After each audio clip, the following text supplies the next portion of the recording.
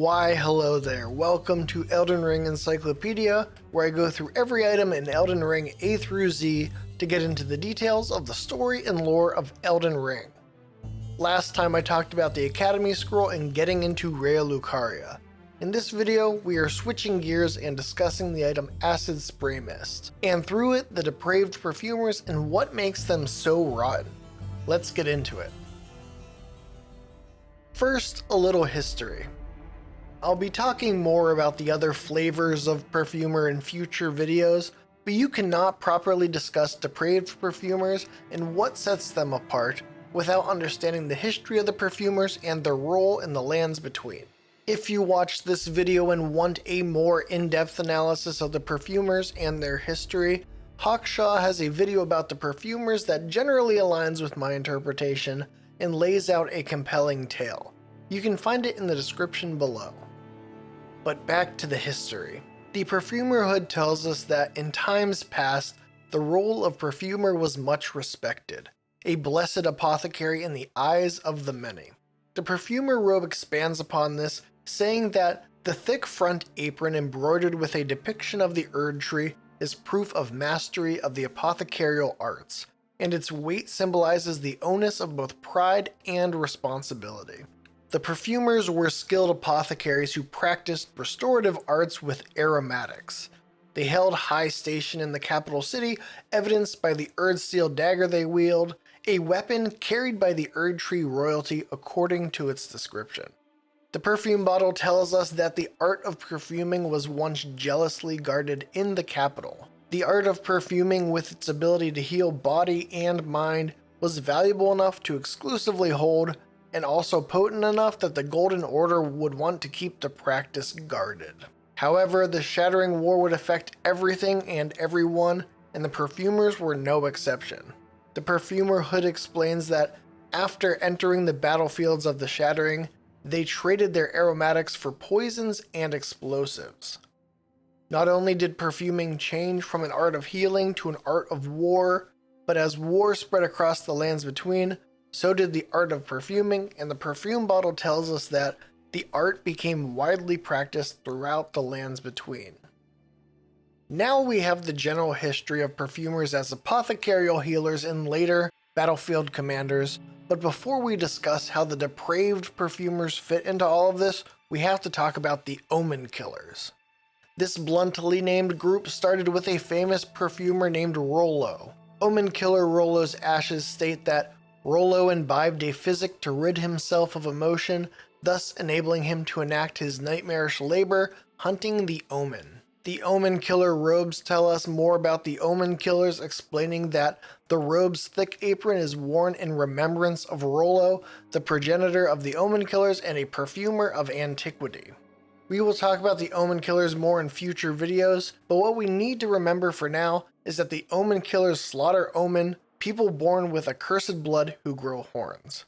And it's not just omens, they hunt down all creatures outside the grace of the Golden Order. I would say that even more than the military perfumers of the Shattering, the Omenkillers have very much strayed from the blessed apothecary roots they came from. So who are the depraved perfumers then? The Depraved Perfumer robe says, these heresy-inclined perfumers imbibe their own spices to alter body and mind. Their slow descent into self-destruction is what earned them their name. And Depraved Perfumer Carmaan's ashes state that depraved perfumers practice their art for themselves alone. Depraved means to act in a morally corrupt or perverse way. At first, I interpreted the depraved perfumers as being morally corrupt because they are selfish by practicing their arts for themselves. That their self-destruction that earned them their name is due to the dangerous and harmful techniques they practice. Basically, they're the evil, selfish perfumers. Being differentiated as depraved implies to me that the other perfumers are not depraved, that they're by comparison morally upstanding and virtuous. But are they really? The military perfumers practice the spark aromatic technique, which sprays fire. This is a big no-no for the Golden Order, and the spark aromatic item description explains that, though fire was prohibited to those who served the Erd tree, this rule was forgotten as the war drew ever on.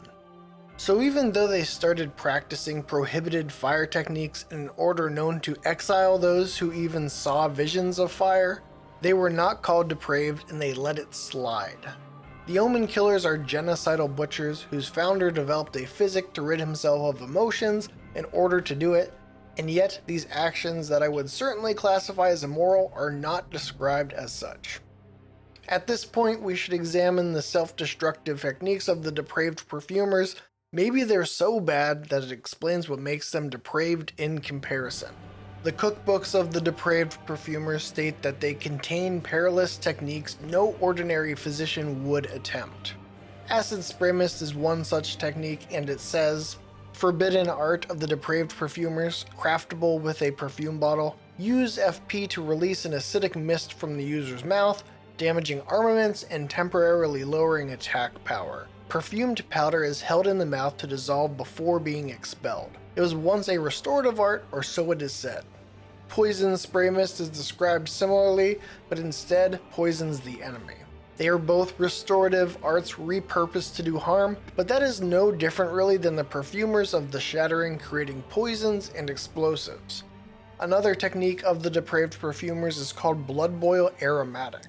Forbidden art of Depraved Perfumers, craftable with a perfume bottle. Uses FP to enter a temporary state of fervor, raising maximum attack power and stamina while also increasing damage received. Even upon the battlefield, do you fear being wounded? Take a good look, your limbs are frozen stiff. This technique is admittedly pretty self-destructive, turning depraved perfumers into berserkers on the battlefield. And yet, is it really depraved compared to the uplifting aromatic of the military perfumers? This aromatic has an extremely potent morale-raising effect that makes those accustomed to it fearless in the face of death. It was this influence that made the perfumers exceptional commanders. The military perfumers as commanders used this to boost the morale of their soldiers so that they would fearlessly charge into the face of death, which honestly feels worse to me than turning just yourself into a berserker.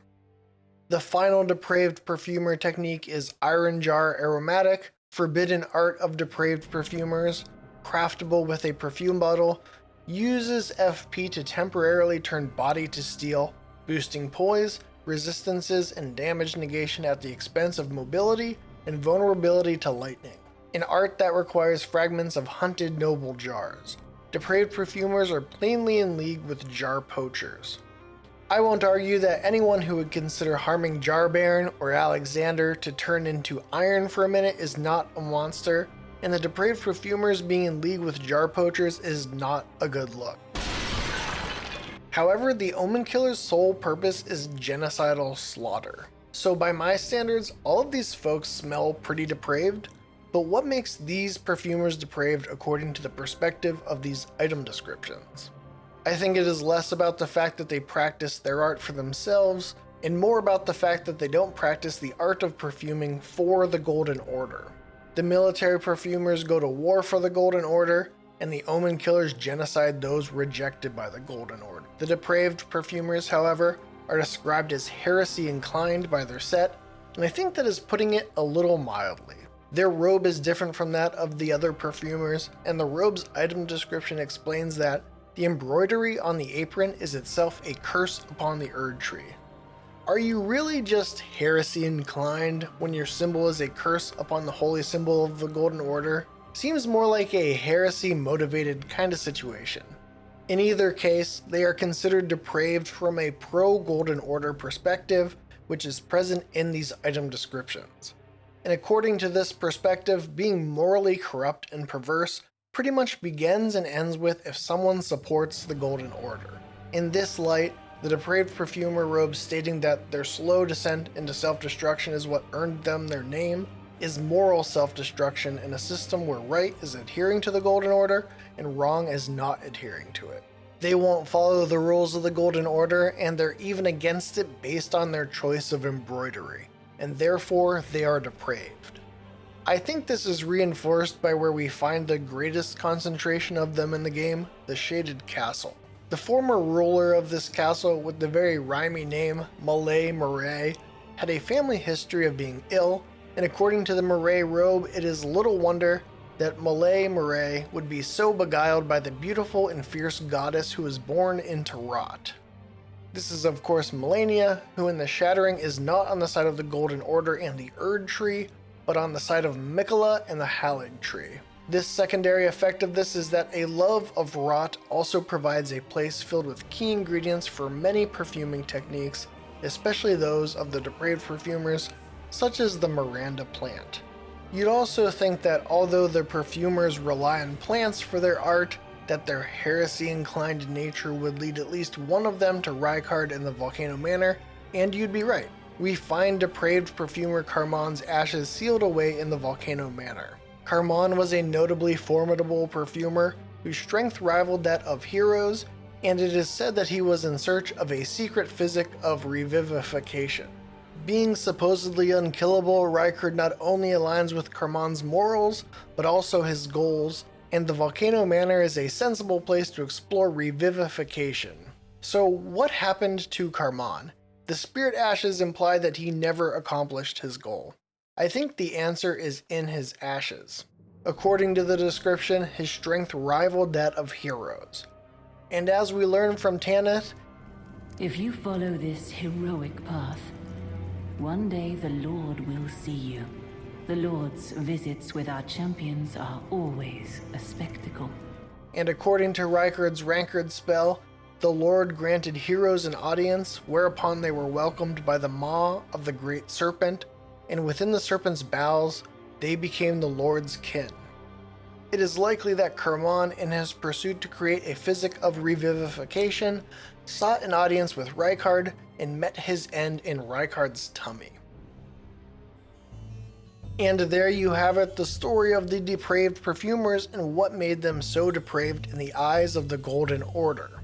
I really enjoyed this dive into their story, and I always enjoy examining the inherent perspective found in many item descriptions and seeing what more we can learn about the world through better understanding this perspective.